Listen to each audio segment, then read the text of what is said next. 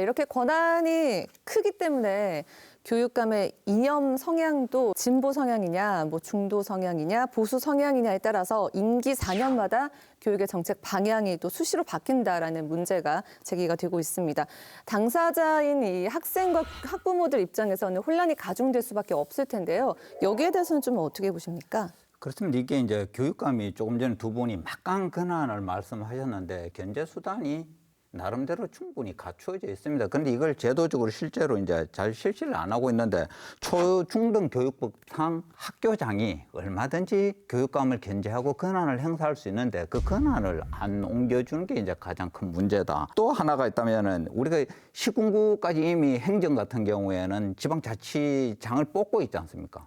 교육도 교육지원청의 장을 시정분수 뽑듯이 제도 개선만 해도 충분히 견제할 수 있는데 그런 걸 안 하는 게 문제인 것 같고요. 다른 교육감이 들어오면 제도의 혼선 걱정을 하시는데 저는 이 부분은 많이 걱정을 안 하셔도 된다. 그동안의 시도 교육감 선출 방식에 대한 변천사를 보면은 임명직이었지 않습니까? 여기에서 간접 선거 제도가 들어와서 선거인단 제도를 거쳐서 2010년에 이제 제5회 지방선거를 통해서 현재와 같은 교육감 선출 방식을 갖는 게 정해졌는데 교육 정책이 바뀌지 않았다. 그 예를 갖다가 들어보면은 경북 같은 경우는 교육자치를 실시한 이후 지금까지 보수 성향의 교육감이 떠나본 적이 한 번도 없다. 문제는 우리 경북 교육이 대한민국의 어떤 표준 교육이 있으면은 그 표준보다 상위의 교육을 하는지 표준 아래의 교육을 하는지 이 방송을 통해서 한번 우리 유권자분들이 생각해 볼 필요가 있는 그런 시간인 것 같습니다. 문제는 대통령이 바뀜으로 해가지고 교육 정책이 이제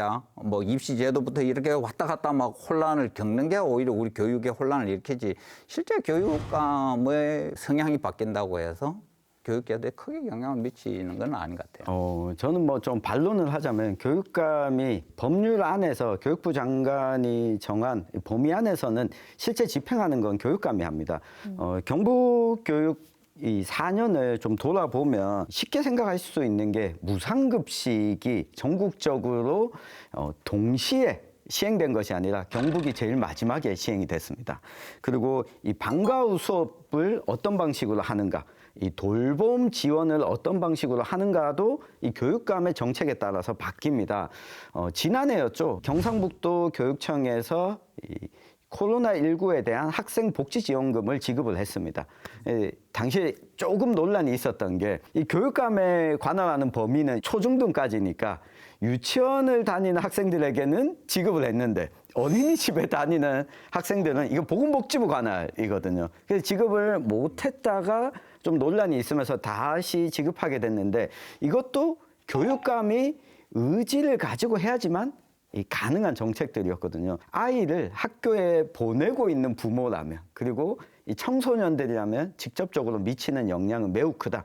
당장 한 가지만 더 이야기하면 일부 지역에서는 9시 등교 제도를 시행하고 있는데 이게 학교장 재량 이전에 교육청에서 교육감이 어떤 취지로 결정하느냐에 따라서 학생들의 등교 시간이 달라질 수도 있는 거죠.